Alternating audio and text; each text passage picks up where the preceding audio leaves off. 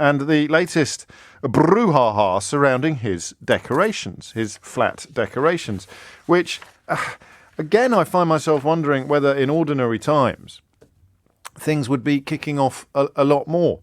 The question of this money. I'll try and run through the facts for you. Do you know, I often wonder if we had a camera in the studio all the time, whether you'd be able to tell whether I'm furiously gesticulating at my colleagues to ask them to do the silliest of tasks that I've forgotten to do myself. So I left my newspapers about 6 inches out of reach when I came on the radio this morning, and Shivani has very kindly just scurried into the studio to pick them up and hand them to me so that I don't have to either stretch away from the microphone or construct my introduction to this conversation with even less source material than I ordinarily have. But this is incredible. Lord Geit, who is the ethics advisor that Boris Johnson appointed after his last ethics advisor resigned after Boris Johnson ignored his report into Priti Patel being a bully. Sound effect time, Keith. It's another one of those things that until you say it out loud, it's not a big sound effect. It's just like that, you know, that tinging sound you get when you've got your text notification, ding. So you say, oh, well, what good news it is that the leader of the House of Commons has come out in favour of trial by jury. Whoa, ding. And you say today, the ethics advisor that he appointed after the last one resigned after Boris Johnson refused to accept his findings into the bullying committed by the current Home said, ding, all of these that tiny little bits of alarm bells. That's what the ding sound is. If you got all of the little dings together at the same time, you'd have an absolute alarm bell ringing. But because they happen a couple of weeks apart or an hour apart or with Boris Johnson 10 minutes apart, it never sounds like an actual alarm bell. It just sounds like an individual ding. I'll stop doing that because I'm sure there's a dog somewhere that's just had some sort of an episode as a consequence of that unfamiliar sound effect. But the way I see it is this. Well, come on. How stupid do you have to be, really? Or how deferential do you have to be to buy this story? I talked about lies towards the end of the last hour, which has led perfectly into this part. The almost unbelievable defence that Boris Johnson has offered up for not telling Lord Geit that he had contacted Lord Brownlow. This is like something out of Game of Thrones, isn't it? Why are they all blinking lords? So he didn't tell Lord Geit that he had contacted Lord Brownlow in order to ask for more money for the flat. And that was an egregious error. That was a grave offence. But Lord Geit, I think, has felt that he has little choice to accept that he forgot. And the reason why the WhatsApp messages detailing this request for more money, it ended up being about £112,000, that refurbishment. He's paid the money back, but he had absolutely no desire or intention of doing so until he got caught with his fingers in what looks increasingly like a Lord Brownlow shaped till. And the reason why he didn't tell why the WhatsApp messages were not revealed is because he changed his phone and he'd forgotten. This is what the Prime Minister of the United Kingdom is currently asking you to believe. He didn't disclose the WhatsApp messages asking Lord Brownlow for more money because he had changed his phone for security reasons and did not, I'm quoting now, did not recall the message exchange. We need more than a ding, Keith, don't we? That's what the Prime Minister of these islands is asking you to believe today. Hi, David. I'm afraid parts of our flat are still a bit of a tip. I know Nick Abbott. Everyone's telling me Nick Abbott's got the sound effects there. I know, but I'm no Nick Abbott, am I? I know my limit. I know my limitations, all right? I can't tell you how gratifying it is to work on a radio station where people like Sheila Fogarty, Eddie Mair, Nick Abbott constantly give me new levels of broadcasting genius to aspire to. Luckily, there's a few behind me, but we won't mention any names. However, I find myself reading this text exchange between Boris Johnson and Lord Brownlow, and then reflecting upon the idea that he's asking you to believe he'd forgotten all about it, and actually wondering whether I can cobble a phone in together out of this. Because who's going to ring me and say, I believe him? Who can put their hand on their heart and say, I often forget about requests for tens of thousands of pounds to decorate my home, James. I think it's perfectly feasible And also, if I texted Keith asking him for 50 grand to tart my flat up and then I changed my phone, of course I'd immediately forget that I'd ever asked Keith for £50,000 to tart my flat up. It's not as if I walk into it every single day and see the decorations and therefore have a little thought process which involves the identity of the person that I asked for the money to pay for the decorations that I wake up looking at every day. Yeah, if you asked somebody for some money to buy something in Ulaanbaatar that you then promptly forgot existed, I could almost begin to believe that you forgot who you'd asked for the money.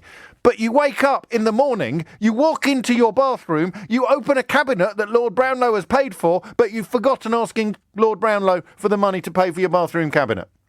You walk into the kitchen and there's some tiles on the wall, probably about 10 grand a piece, going by the cost of the overall refurbishment. There's some tiles on the wall in the kitchen, which you walk past every day. You put the kettle on. The kettle was probably paid for by Lord Brownlow, but you completely forgotten that you ever asked Lord Brownlow for any money to pay for the refurbishment of the flat because, oh, you've got a new phone. Why have you got a new phone? Because you're such a lemon that you forgot or overlooked the fact that you'd left your personal phone number on a publicly accessible internet site that only got found out, dating back to your days as the Mayor of London, that only got found out as a result of some journalism after you'd become Prime Minister. I mean it. I know you don't always believe me, but I really do mean it when I ask you to ring me and offer an alternative view. And I do understand why I get the occasional texts off racists claiming that this is some sort of echo chamber. By all means, lads, ring me in, be racist. 0345 6060973. Tell me why there's nothing to worry about when the American president is embarked upon a sort of white supremacist, soft or even hard coup, and that we should all shut up and welcome the glorious rule of Donald Trump. It'd be a pleasure for both of us, I'm sure, but especially me. So, is there any way on earth that you could believe Boris Johnson today? And that, again, is a ding, ding, ding, ding, ding question, isn't it? Ding, ding, ding, ding, ding, ding, ding. Is there any way on earth that you can believe that Boris Johnson asked Lord Brownlow for tens of thousands of pounds to tart his flat up and forgot about it? What did he think? What happened? Was it delivered by a stork? This chunk of change? Did it arrive unprompted through his letterbox? Did he think that Carrie Simons bought a scratch card? Where did he think the money had come from? And remember, it's money that he sees the fruits of every single time he has his eyes open in his own home. It's not money that has been spent on, oh, I don't know, free school meals for the poorest children in the country, which you could forgive him for having forgotten about. It's not money that's been spent on a nuclear submarine moored somewhere off the coast of Scotland, which you could forgive him for temporarily forgetting about the existence of. It's not money that's been spent on something on the other side of London, like a cable car or an invisible bridge. It's not money that is in any way forgettable. It's money that's been spent on every single thing he sees when he spends time in his own home with his eyes open. I'm going to say that several times in the course of the next few minutes. Oh, it's already 11:15. How did that happen? This is money spent on every single thing he sees when he spends any time at all in his own home with his eyes open. But he's asking you to believe that he forgot about asking someone for that money. 0345 6060973. I mean, you can go for who cares, I suppose. Who cares it's not taxpayers' money? One of my racist texters. I presume you're racist. Maybe I'm being grossly unfair, but I can't think of any reason at all why you'd still be clinging to the idea that this chap deserves a free pass or deserves a break. He's asking you to believe that he forgot. That's why you should care, because he's lying to you, perhaps. And quite a few of you pointing out the increasingly tired and ridiculous refrain that he's doing his best. Can we check how many people died on the day that he texted Lord Brownlow asking for more money for his flat? Can we check how many people were hospitalised that day and how many people died of COVID that day when he was suitably unbusy, for anyone saying he's so busy running the country. He was sufficiently unbusy to be able to remember to text a Tory donor asking for more money to tart his flat up. So, I'm going to ask you whether you think this is corrupt. because there's another chapter to this story. Corruption doesn't necessarily involve illegality. In fact, one of the reasons why a certain brand of politician is very keen to overrule the law or overrule judges or, I don't know, refer jury verdicts to the Court of Appeal is because you can change the law to make corruption legal. But there's a second chapter to this. Afternoon, Prime Minister. I hope you're both well. Of course, get Lulu to call me and we'll get sorted ASAP. This is Lord Brownlow responding to the request for money from the Prime Minister. And he adds, thanks for thinking about GE2. What does that mean? Well, thanks for thinking about GE2. Well, go back to the original text from Boris Johnson begging for more money, in which says, PS, am on the Great Exhibition plan, will revert. So Lord Brownlow has asked Boris Johnson to look into the possibility of having a second version of the Great Exhibition. And Boris Johnson, while asking Lord Brownlow for money, has promised to look into the thing that Lord Brownlow has asked him to look into. What's your definition of corruption? Hello, Lord Brownlow. Can I have some money for my flat, please? Oh, and by the way, that favour you asked me about, it's looking pretty good. 03456060973. If that's not corrupt, what is? Doesn't have to be illegal to be corrupt. And, I almost want you to ring me if you believe him. But I don't think I'll believe you. I think you'll either be lying to me, or you'll be lying to yourself, or you'll be lying to both of us.